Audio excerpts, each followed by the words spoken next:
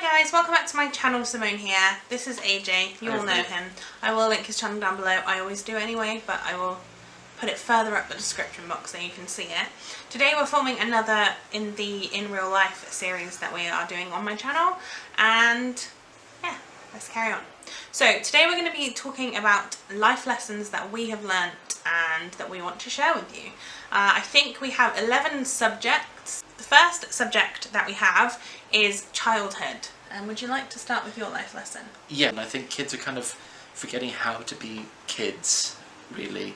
When I was younger, I had a lot of fun with just a ball and a piece of chalk. You know, I was able to just mark things off and have a lot of fun. And I wasn't really aware of what was going on in my parents' lives or my older brother's lives or anything like that. I was more concerned with, you know, how many points can I win by bouncing a ball off a wall kind of thing. I was more concerned with, you know, how quickly can I jump off a ramp with my bicycle kind of thing. And I had a lot more fun doing that. And for me, if I hadn't, I just don't think that if I was a kid these days that I'd be able to have as much fun as I did when I was younger. And I wouldn't be able to look back on it with sort of fond memories and things like that. And so the lesson that I learned when I was sort of looking back, I think what I learned from being a kid was how to be a kid and to not be involved in serious things. And I didn't have a mobile phone, I didn't have a tablet.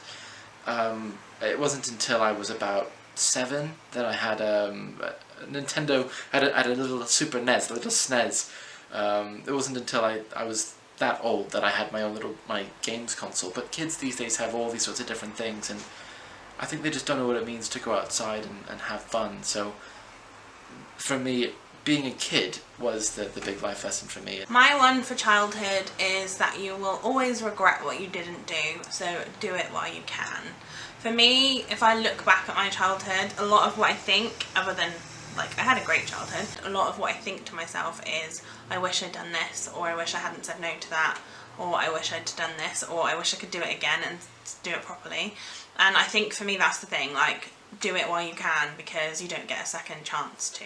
And to be honest, that's true in life in general, that's not just childhood, but for me that was a big part of looking back at when I was a child and kind of wishing that I had taken certain risks or like done certain things which maybe I decided not to do at the time because I didn't know how it was going to turn out. Okay, so the second section that we want to talk about is relationships. This for me is relationships in general, and for me my life lesson is being vulnerable is okay. I think that a lot of the time we put up a guard and we put up a front and we try not to appear vulnerable as much as humanly possible. And although that sometimes is a good thing, and it's also obviously about figuring out who you can be vulnerable around, but I think being vulnerable is important. It's you know, talking about how you feel to people means that you have closer relationships, and also that you have relationships with people that you might not have. You know, opening up to somebody might mean that you then realise you have something in common and that you want to kind of stay talking to that person, as opposed to if you didn't open up, they might sort of slip away and it not be a thing. So for me, it's about, like, being vulnerable is scary because you don't know how the other person's going to react, but it's also a good thing, I think. Well, we're actually very similar, so forgive me, I'm going to have to read off my phone on this one, because this one I think is very important, like yours is really, really good. It's be honest. And what I've said here is, and I've got some slim notes in this one I've really fleshed out, and what I've said here is one of the hardest things to do is to be honest, especially when the relationship is your first. You go through early stages of your life being honest with your family and your friends about various things, and as friends you open up about many personal things, but when in a relationship I've seen a lot of people close off and end up almost incapable of voicing how they really feel or how they really think. Your closest friend becomes your most distant sometimes. Do you find that sometimes? Yeah, because you want to come across in a certain way, rather than as a vulnerable person. You want to be this perfect person that can be looked up to. You want to be like, and what I've said is, to break that cycle and get back to what brought you together, you've got to be honest with yourself and with whomever you've chosen to share yourself with. Listen to your instincts in order to hone your self-honesty. I think that if you're having a hard time with someone, then it's probably best to voice it. And that's family and friends and everything else like that as well. I always tell people, learn to live with yourself before you can live with others. I believe this applies to all levels of relationship. So that really is what I've learned, is to live with myself first and be honest with myself first. Then it makes your ability to form relationships, friends, your personal relationships, I think it makes it a lot easier to be able to form them. Okay, the third one is money. Money's one of those hard ones, because people always want money and they always want things, but you can't really do both, unfortunately. I'm notorious for saving money. He's very tight. I'm very tight. I mean, so much so that when I was at university the first time, I haggled for a donut. I made the decision when I was 15 because I saw my parents and my family suffering with money issues, and I made the decision to save. And if I had not saved, I couldn't have done the things that I wanted to do. I don't buy flashy things. My PC, my motorcycle, about the flashiest things, and my graphics tablet. And I can't. But they're things that you need for work. But they're things, yeah, and they're things that I needed, but they were quite kind of flashy. But that's it. I don't really have flashy clothes. I don't really have flashy things like that. My glasses were the most expensive recent things I've bought, and that's about it really. But yeah, you miss out on things when you save, but you're able to do maybe bigger and better things if you do save. So I think if you can compromise in your life and say, I don't need to buy that dress, I don't need to buy that car, I don't need to do this, I can get by with what I have for now. My one was quite simple. Debt is not worth it. I'm not talking about like loaning someone £10 or whatever, like, or being loaned £10. Like, sometimes these things are essential and you have to do it, and that's, you know, not a situation where you can really afford to be like, I can't do that, because if you need it, you need it. But in terms of, yeah, going into debt because you want to, because you have to pay your rent is different than going into debt because you want a brand new phone. For me, I would rather save for 6 months and then buy the phone that I really wanted, because I'm going to have to be spending that much money every month anyway. So rather than, like, saving, like, say £50 a month, for example, and buying a phone at the end of it is better to me than paying £50 a month because you bought the phone at the beginning, you don't have any money left, but you're paying this money back and then you have to pay interest. So the next category is work, and I'm going to go first on this one. For me, this one is you have no time to waste on a job that you hate or you don't like. If you don't enjoy your job, if you started a job with the intention that it was going to be a temporary job and you're still doing it, leave. Basically, if you do not enjoy your job, you are essentially putting yourself on the back foot every single day, making yourself go to a job that you don't like or that is bad for you, whether that's physically, whether that's mentally. If you have an injured back and you're trying to work as a bricklayer and it's not working for you, leave. If you have a job working with somebody that makes you feel bad, leave. Now, I know that it's easy to say leave if you don't have a job lined up, but just think, if you're in a job that you hate right now, you can afford to look for more jobs, or to look for jobs while you're still working. Yeah. And then as soon as you get something else, go. Well, there's one other line I want to say, and that is that it comes from an Irish song, but I don't know the name of it, which is, it goes something like, while the others are making a racket, the Irish are making a packet. Keep your head down, do what you need to do, and while they're spending their money and being, well, stupid, you're the one benefiting from it at the end of the day. So the next one is school. We have separated school and university because to me it's a very different time of your life. So we're talking about school now. So do you want to go first? Yeah, I didn't like school. I like the idea of learning, but I didn't like school. For me it was horrific. I think it's probably the best way. Traumatic as well. And I don't use that word lightly either. I don't agree with that word lightly. It was genuinely traumatic. If you want us to talk in more detail about that in a video, let us know, and maybe we'll make a separate video on that. Good shout, absolutely. We can definitely do that. If there's anything that we talk about that you want us to do more in depth, like a specific video on, do let us know, because we're always up for this sort of thing. We're casting a wide net on this right now. So the thing is with school is that, let's say you're going to school at the minute and you're watching this video, as you probably should be anyway, and you're not loving it. And your friends are not treating you well, you're not getting on with the teachers, you're having a hard time at home, you're not getting on with the studies, you feel like it's not really worth going to school and you're considering leaving school or whatever. Remember that this is just a phase. It doesn't actually take that much of your life to get through school. Just get from it what you want to get from it at the end of the day. Day by day, I would say. Exactly. Don't let's get rush. through today. Don't worry too much about sort of thinking about it in terms of years. It's almost like work that you don't like, genuinely. And Winston Churchill said something like, "Don't let schooling get in the way of your education," something like that. And genuinely, it's true. If you just go to school, do what you need to do, come back and enjoy. It's almost, just do what you like to do when you get back from school. You know, do the stuff that you have to do in order to keep the people, the pencil necks, happy, and they tick the boxes and stuff. And then at the end of the day, go, right, I'm done. I'll do whatever I want to do now. You know, and just do it that way. And then honestly, it gets easier. People will come and go. Some will like you, some won't like you. That's life, unfortunately. That's a hard lesson to learn. If you're having a great time, good. Make the most of it. Do the most that you can. But one thing that will probably happen in school, I really want to get this point across, is that you are likely to make the wrong kinds of friends. You're likely to make good friends and bad friends. The main thing to do with school is don't lose yourself to it.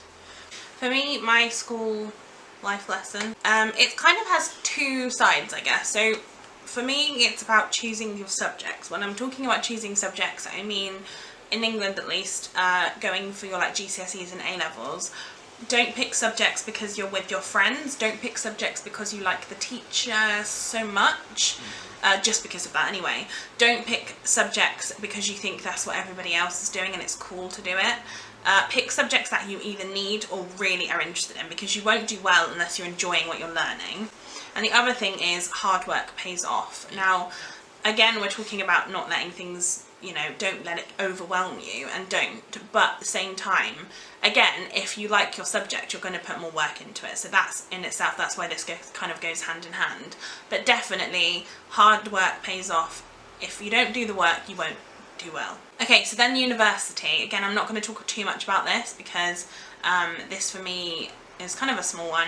If you're one of those people that doesn't want to go out drinking every single night, that's okay. I am not somebody who enjoys clubbing and big nights out and stuff. Like, it's just not me. It's not my thing. It's not my cup of tea. I don't like it. So if you don't want to do that, don't do it. Like, it doesn't make you any less of a university student. People might make jokes about like, oh, you're not a real university student, you didn't do this. That's irrelevant. It doesn't matter. It's not important. But what you get out of university is literally what you put in. Most universities, you can choose a subject you want to specialise in, so you can enjoy it that way. Yeah, if you picked the subject that you love, like, why would you not want to work hard at it? But much like you said about the exams, please don't go to university and study what your friends are studying. No, because you won't enjoy it. No, you won't. And you won't do well at it because you won't care. And also, don't go to university just because your boyfriend or girlfriend is going there. Especially, don't go to the specific, like for example, I mean, we met at university anyway, but I went to university not knowing anybody who went to my university, not even, like, I was the only person from my school that went to that university. And not only that, I didn't know anybody that did law, the same as, like, nobody did law from my school. I think I was the only person doing law, and if I wasn't, I don't remember no of them. Yeah. So it's not a popularity thing. It's not making decisions based on your friends, because your friends will be your friends no matter what. Like, literally, let that idea go. That does not apply at all. Because make it about you and your life and what you want to do with your life. Because the whole point about university is to be selfish. I would say, to be honest, because I did my masters, and the best. Enjoy it. Enjoy the university life if you can. If you've got the time, and if that's what you want to do, do it. But remember at the end of the day that you are, especially if you're in England, that's okay, I'm boring, I know. When you're at university in England, you are probably going to be in debt by the end of it. You're going to have to take out loans and grants and all sorts of stuff. Because don't do it like me and then not want to do anything with the subject that you took. I recommend that you really look into the subjects that you're doing and not do it just because you kind of like the idea. Like, two things are going to happen when you go to university. One is you're going to find out a lot about yourself, and this, regardless of anybody else. And the second thing is you're going to find out a lot about the subject and what you want to do with your life. And not everyone wants to do what they've studied, which is fine, because you can't be expected to know everything when you go to university. I'm not being funny, but you're 18 years old when you decide what you want to do, and let's be honest, who really knows what they want to do when they're 18? And it is really the luck of the draw if you want to continue doing what you've studied. You've still got the debt to pay off. Pick what you really want to do, genuinely, for your own reasons, for your own benefit. Next section, health. Health is a weird one, because there are two sides of it. One is mental health, and the other side is physical health, if I can narrow it down that way. When it comes to health, just listen to yourself, listen to your body and your head. When you're a kid, you just have to look after your teeth and your hair and stuff like that, and that's all you really have to do. When you're a teenager, all you have to look after is sort of your physical health is also very important, but your mental health too. And I think especially these days, kids are being affected more and more and more by perceived pressures, by social perceived pressures, and by sort of physical elements as well. But I think the kicker at the minute is the mental health issues. So pay attention to that, and if something is causing you problems, like work, try and get away from it, because or try and find a way of solving that problem if you can, but don't bottle up. I think that's probably the biggest thing, and that's true when you get to adult life as well. The only difference with adult life is things start to break, your body starts to stop functioning, your knees give way, your back gets sore, you become a lazy spud, like me.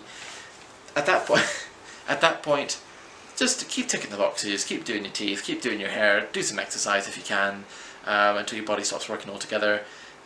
And with health, just keep on top of it as best you can, like making your bed in the morning. I literally just wrote on mine, mental health is as important as physical health. To be honest, sometimes I think even more important, because physically you can kind of do things, but mentally it's very difficult too. And I wrote that your health is your #1 priority and should be your #1 priority. Doesn't matter what's happening, if it's affecting your health, either physically or mentally, change it. Right, next one is family, and the one that I decided to go with was don't take your family for granted, but also stand up for yourself when you need to, because I think the first point of that is it's easy to take your family for granted, especially when you're younger, when you don't really know any different. When you move out of your home, like your family home, and you realise how much they did for you when you were at home, and you realise how much they still do for you now, like not everybody, but, and I don't necessarily just mean your parents, I mean your extended family, the people that you choose as your family. Don't take them for granted, because one day they will be gone and you will be left not knowing what to do and kind of where to be with that. And the other section of that was to stand up for yourself. Now what I mean by that is, just because they're your family does not mean they know what's right for you. And sometimes they might think they know what's right for you, or they might express a certain opinion or whatever, but you know what you need and who you need to be around and what you need to know. And sometimes people in your family can be toxic, and it's okay not to want to talk to certain people, or not to want to associate yourself with certain people in your family. Like, again, just because they're your family does not mean they deserve a place at your table. You can pick your friends, but you can't pick your family. Exactly. Completely, all the time. If you live in an ideal world, then your family will support you through and through no matter what, but let's get real, I don't think a lot of people have an ideal family. Some people are better off than others, but when it comes to family, love them. You don't have to like them, but love them. And if they need help, then they need help.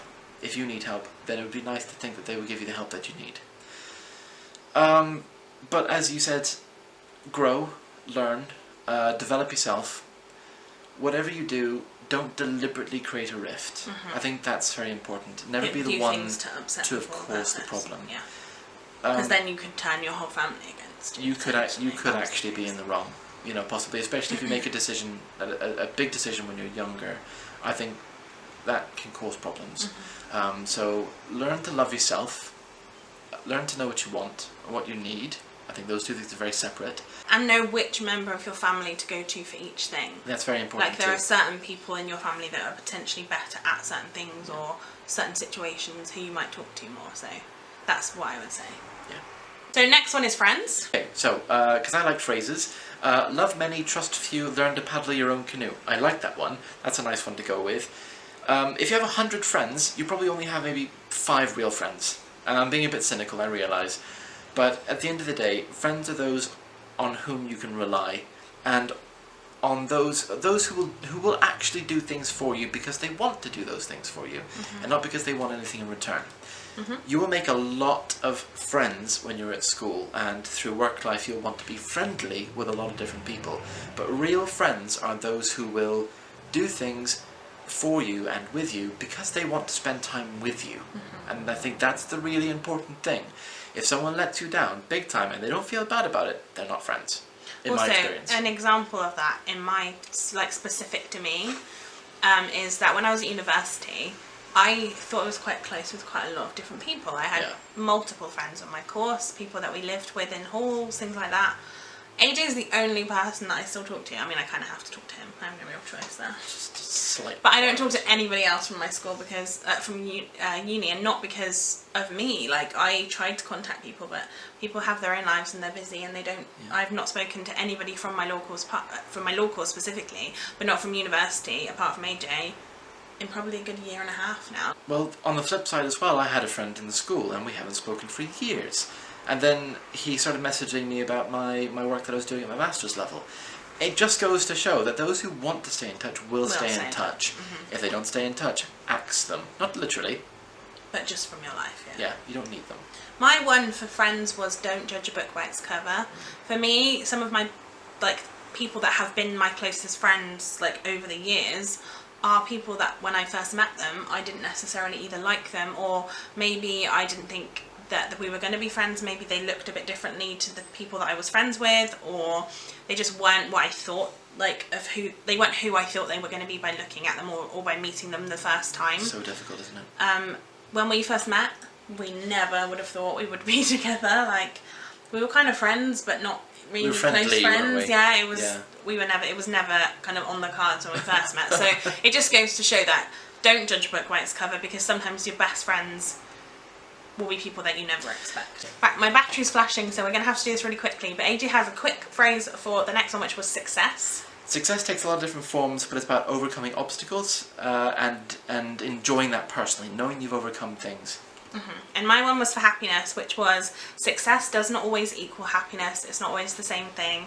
And the key to happiness is to not think about tomorrow, but to do it right now. So there you are, guys. That was our life lessons. Let us know in the comments down below if you have any that you would like to share with us, because we're really interested. Let us know as well if you want us to do that video about AJ's school experience, and maybe mine too. We'll kind of put that into one. Yep. And we will see you in the next video. Bye, guys.